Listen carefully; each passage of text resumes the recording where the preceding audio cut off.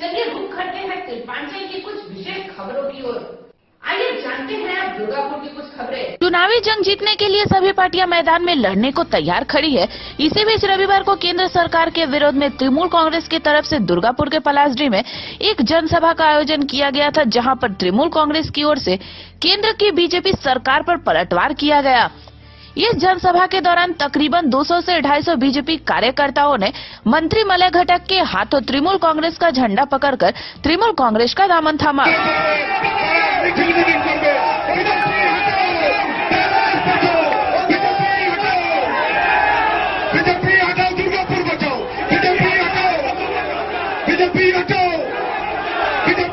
आपको बता दें कि इस दौरान पश्चिम बर्धमान जिले के समस्त नेतागण उपस्थित थे।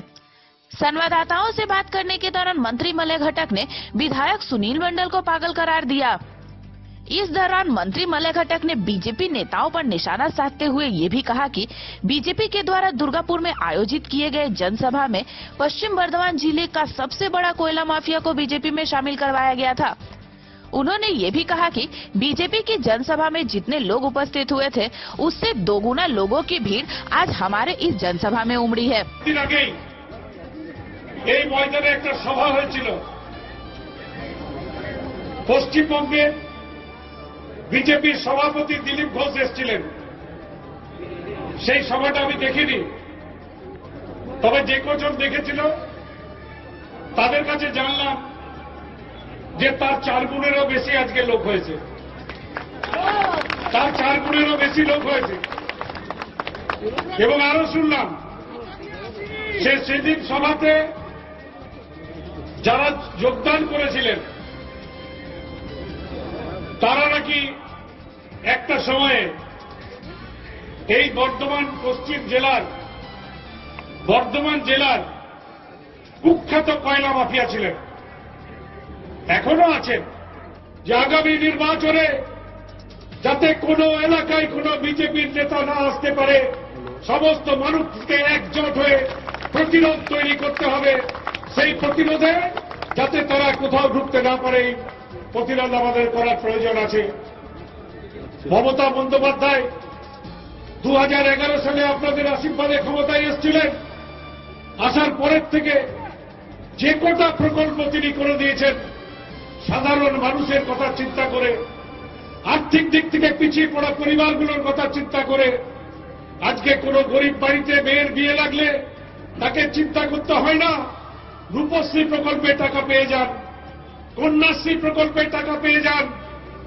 আর নরেন্দ্র মোদীর সরকার, বিজেপির সরকার মানুষের জন্য আজ পর্যন্ত কিছু করলেন না। করোনা ভাইরাসের সময় মার্চ থেকে 65 দিন লকডাউন ছিল। নরেন্দ্র মোদী হঠাৎ একদিন ঘোষণা করলেন যে আজকে রাত্রি 12টার থেকে লকডাউন। একবারের জন্য চিন্তা করলেন না যে সেই পরিবারগুলো কিভাবে চলবে, সেই পরিবারের মানুষ কি খাবে, সেই পরিবারের রোজগার কোত্থেকে আসবে। আমাদের নেত্রী মমতা বন্দ্যোপাধ্যায় তিনি রেশন বিনা পয়সায় করে দিলেন, করোনার চিকিৎসা বিনা পয়সায় করে দিলেন। আর নরেন্দ্র মোদী সেই ঘোষণার পরে দুবার টিভির পর্দায় এসেছিলেন। আমরা আশা করেছিলাম যে তিনি সাধারণ মানুষের ঘোষণা করবেন, সাধারণ মানুষের বেঁচে থাকার কথা বলবেন, কিন্তু তিনি তা করলেন না। প্রথমবার এসে হিন্দিতে বললেন, फलाना रोज शाम को 5 बजे घंटा बजाइए। দ্বিতীয়বার আবার বললেন, फलाना रोज शाम को रात को 9 बजे दिया जलाइए। আজকে বলুন তো, ঘন্টা বাজালে করোনা ভাইরাস যায় না প্রদীপ জ্বালালে করোনা ভাইরাস যায়? ঘন্টা বাজালে বা প্রদীপ জ্বালালে পেটের ভাত জোগাড় হয় না? একটা দলের শীর্ষ নেতা তিনি মানুষকে খালি বোকা বানিয়ে যাচ্ছেন, খালি মিথ্যা কথা বলে যাচ্ছেন। তার প্রতিবাদ করার আজকে প্রয়োজন আছে। ওটা একটা পাগল। আর বলুন, সুনীল মণ্ডল দাবি করছে 16 থেকে 17 জন সাংসদ যারা বিজেপি। আমি কি বললাম যে ওটা একটা পাগল? আর কি বলুন দাদা, আজকে আপনার সভায় আপনি মানুষকে জিজ্ঞেস করুন ও পাগল কিনা। আর বলুন। আপনার সভায় আজকে এরকম কোনো ব্যাপার নেই। আমি নিজে শুধু তিনি কথা বলেছিলেন, পেশুরও কথা বলেছেন দলের বিরুদ্ধে। কে না না এরকম কোনো ব্যাপার নেই। আজকে ও দুর্গাপুরে নেই, দুর্গাপুরে থাকলে নিশ্চয়ই আসতো। দাদা আপনি নিজেই বললেন বাকি কাউন্সিলরদের সাথে যোগাযোগ হয়নি, আমি যোগাযোগ করব আগামী মিটিংয়ে যাতে সবাই থাকে। এখন তো আমাদের 42 জন কাউন্সিলর, একজন বিজেপিতে চলে গেছে, 42 জনই যাতে থাকে সেটা হবে। বলদা এক সময় একটা দেখা যাচ্ছিল দুর্গাপুর এবং আসানসোলের লড়াইয়ের মঞ্চে না দেখুন, পার্টিতে আজকে তো আমি না আসতে পারতাম, তাহলে কি বলতেন যে মলয় ঘটক নেই? আমি তো অন্য কাজে ব্যস্ত থাকতে পারতাম। দেখুন, রাজনীতিতে যারা আজকের যে মিটিংয়ে এসছে তারা সবাই তৃণমূলের, যারা আসতে পারেনি নিশ্চয়ই তাদের কোনো অসুবিধা আছে এবং অসুবিধা থাকতেই পারে। আমি তো আজকে রঘুনাথপুরে ছিলাম, আমার এখানে আসতে দেরি হয়ে গেল। যদি রঘুনাথপুর আরো দেরি হয়ে যেত তাহলে আমি হয়তো অ্যাবসেন্ট হয়ে যেতাম। এর মধ্যে কোনো কারণ খোঁজার ব্যাপার নেই। যারা আসতে পারেনি তারা কি তৃণমূলের বাইরে?